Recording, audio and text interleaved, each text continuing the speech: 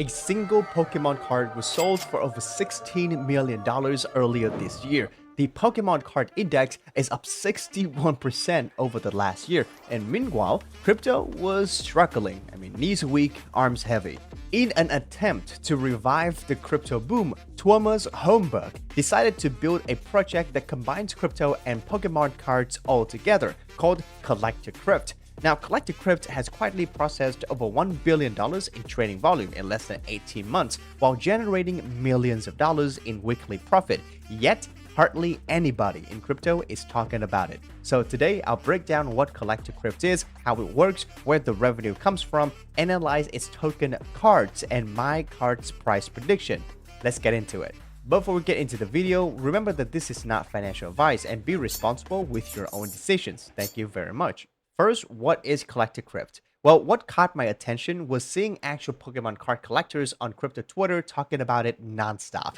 They were posting screenshots of big pools online like Pokemon card, not your normal pack opening experience, so it got my interest. So I went in, did my research, and the more I looked, the more I saw a genuine opportunity. Now there is a real product usage, real revenue, and a clear way for both collectors and crypto users to make money from the same flywheel. That combination is very interesting, and that's exactly why I decided to dig a little bit deeper. Collector Crypt is a Solana-based platform that tokenizes real physical collectible cards, especially graded Pokemon and One Piece collection, into digital assets. Now you can trade the digital version of those cards instantly, aka NFT cards, on their marketplace, or redeem them back for the physical cards, which will be shipped back to you. They also offer fun gacha packs where you buy digital boosters and receive real cards shipped to your door. It's the bridge between traditional collecting and blockchain trading. So if you're from a country where Pokemon cards are not widely sold offline, well, this is perfect for you.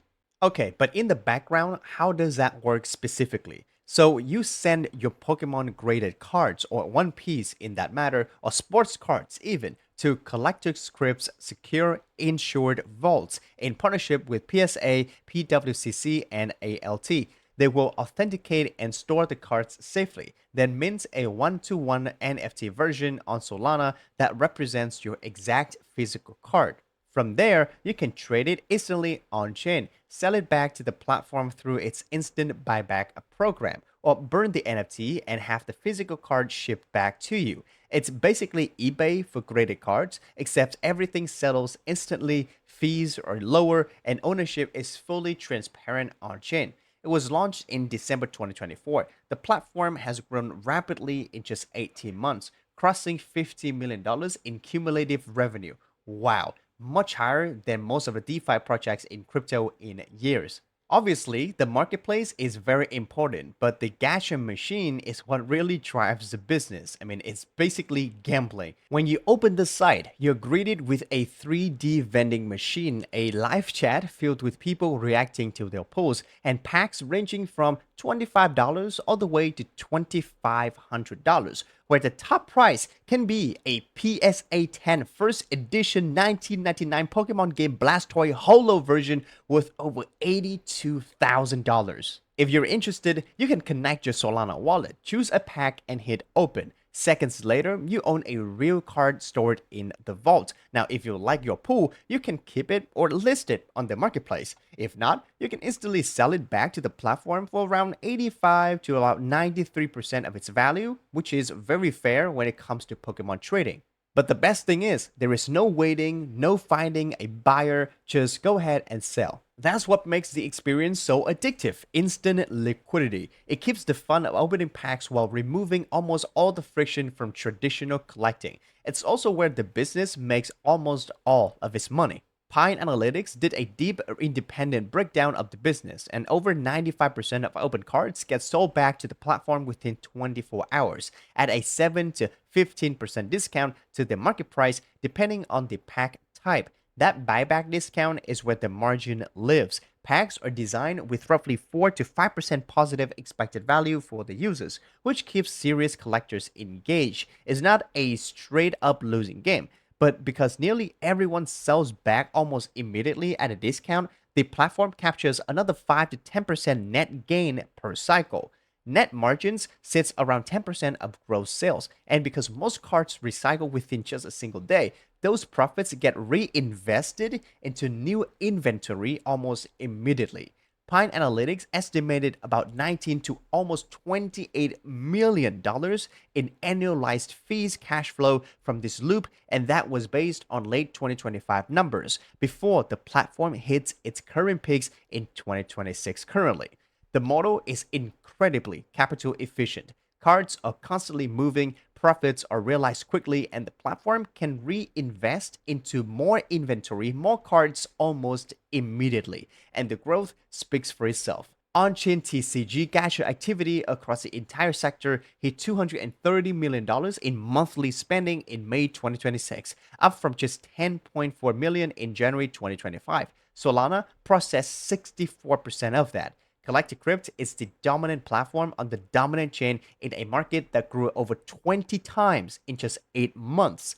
On June 11, 2026, users opened $9.6 million worth of packs in a single day. The following week hit 215,000 packs, the highest weekly volume ever. Over 4.5 million cumulative packs have been opened since launch, and more than 30% of users at some point redeemed the physical card. That last number really matter because those are real collectors, not just crypto traders clicking buttons or flippers. It's a pretty simple flywheel. More packs open generates more revenue, which funds more inventory, which creates more packs. As long as users keep opening packs, the business keeps growing. With all of that said, let's do a quick review on the Cards token utility. Now, Cards is the native utility token of the Collector Crypt platform on Solana. It powers the ecosystem by enabling users to purchase randomized gacha packs like digital mystery card packs, again, participate in marketplace transactions, and support overall liquidity for trading tokenized real-world assets like physical card-graded Pokemons. Holders benefit directly through automatic gacha points allocations, which can be redeemed for some free packs. For let's say you have 100,000 points, and you can redeem, let's say, like a $50 packs. The platform revenues and token sale proceeds also fund physical card acquisitions to the platform, providing treasury backing, while Cards token may also facilitate the fees, exclusive features, or future rewards like staking. Even big funds are starting to notice. I mean, just a few days ago, Maelstrom Fund, the family office of Arthur Hayes, dropped a very detailed thread calling Collector Crypt one of the strongest opportunities in crypto right now. They highlighted the insane profit numbers, around $53 million annualized profits in May and already on track for $109 million in June. They love the positive expected value for users and the strong margins and how the platform is basically becoming the on-chain version of eBay for trading cards. They also pointed out that the real circulating supply will be much tighter than the full FTV suggests because a lot of tokens are earmarked for community and foundation and may never fully enter circulation. Maelstrom even set a bold target of $4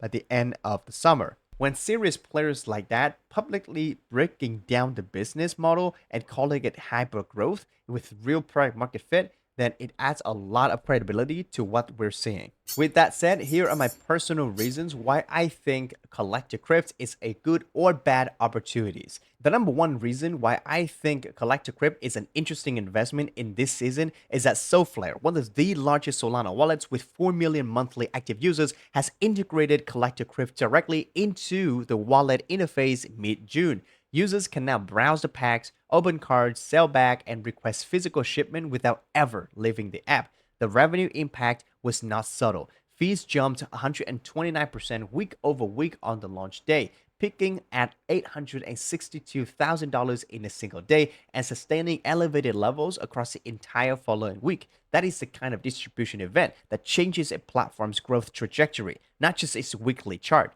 Number two reason is a big CX listing coming, which has not happened yet, but is clearly the most watched item on the roadmap.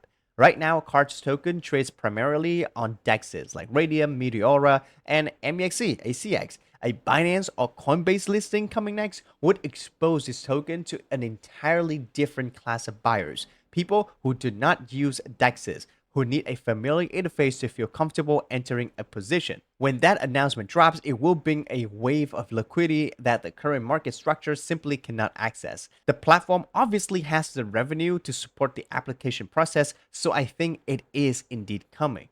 Just a matter of time. And the final reason is the expansion play. Now they're adding more IPs like 1P cards and sports cards as well. As you can see. You can now use your vaulted cards as collateral to borrow USDC at 7 to 8%. All of this is happening at the same time it's reducing the heavy reliance on just Pokemon.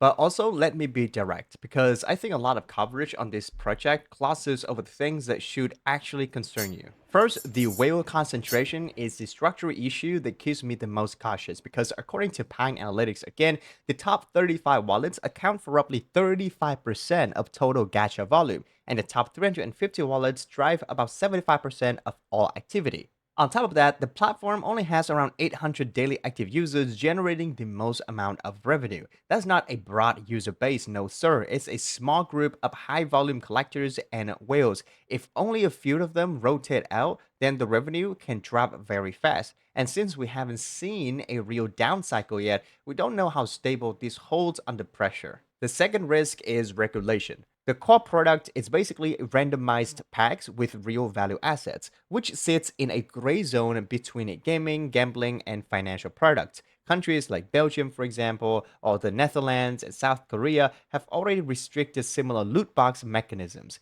If major regulators move against this model, then it could force a redesign of the main revenue engine. And finally is the token supply pressure. The max supply is about 2 billion tokens. The circulating supply is around 20% according to CoinMarketCap. The June 29th unlock alone is about 29 million tokens. The quarterly airdrops add about 15 million tokens per event. For the token price to appreciate over time, the buyback program needs to absorb all of that new supply, then some. All right, that is not impossible though, because the revenue clearly supports aggressive buybacks, but it is an ongoing race that requires consistent execution quarter after quarter in all market conditions. Let's move on to the final part of this video, the most important one, my cards price prediction. Now, cards is at about 22 cents at the time of making this video. The all-time high price was about 38 cents. And Maelstrom, aka Mr. Arthur Hayes himself, has a $4 target by the end of summer 2026. However, I don't think we're going to get that at the end of summer, especially in this market where entire market is risk off. Now, for me, the bear case that I can foresee is that a token gets below 10 cents. This isn't actually that crazy of a scenario if you think about it. It just needs some of these three things to actually happen for this to happen. All right. The first is the regulatory pressure is a major region that forces product changes. Whales could pull back meaningfully. As you remember, there are only about 800 players on an average on this platform, and our token unlocks consistently, beating back the buybacks all the time. So if a few of those stack together, the price could drop very fast. And even at like 10 cents per token, the FTV is still over $200 million. So there's no clean cheap floor just based on valuation. And looking at the chart, the token has been 10x for a couple of months now, and it's looking like the holders are taking some profits out. So yeah, it could definitely at least go below 15 cents to me in the next couple of weeks. My next scenario is the base case, which is a little bit more hopeful, but it's not gonna be that hopeful. Okay, so it's gonna be, I think, dropping down to about 16 or 15 cents at this very strong support level right here on the weekly chart. After that, it's gonna bounce back up, maybe to the new all-time high of about 30 to 40 cents. I'm looking at about 40 cent breaking the all-time high, especially with a lot of hype coming on its way. Okay, if it can capture this amount of hype and if it can release meaningful products, or it can maybe perform more buybacks, more insane buybacks, then yeah, it can definitely happen. But first, it's gonna have to drop to about 15 to 16 cents first. Lastly is my bull case. And for my bull case to happen, some things needs to line up. First is a major CX listing. And I know they're listed on OKX, MEXC, but those are not good enough. They need to be listed on top tier 1 exchanges like Coinbase and also Upbit and also Binance Spot as well. If that were to happen, then we're looking really good. And then their next collection, the One Piece collection, scaling to a real share of revenue, leading expansion to a new user base, and weekly packed volume maybe staying above like $200,000 consistently. And if that were to happen, and plus they announce major buybacks and more hype coming to the collection cards sort of community and non-crypto community, then yeah, this token can pump up to maybe not $4 like Arthur Hayes expected, but definitely $1 is on the horizon. With that said, what am I doing right now? Well, I'm more leaning towards the bear and the base case, in which I think is gonna dump in the short term to about 15 cents, and then it's gonna recover, maybe breaking the all-time high, heading towards 40 cents. Okay, that's gonna be my expectation of this token. Personally, I'm not buying in right now at $400 million. I'm waiting for it to maybe drop down a little bit to below $300 million.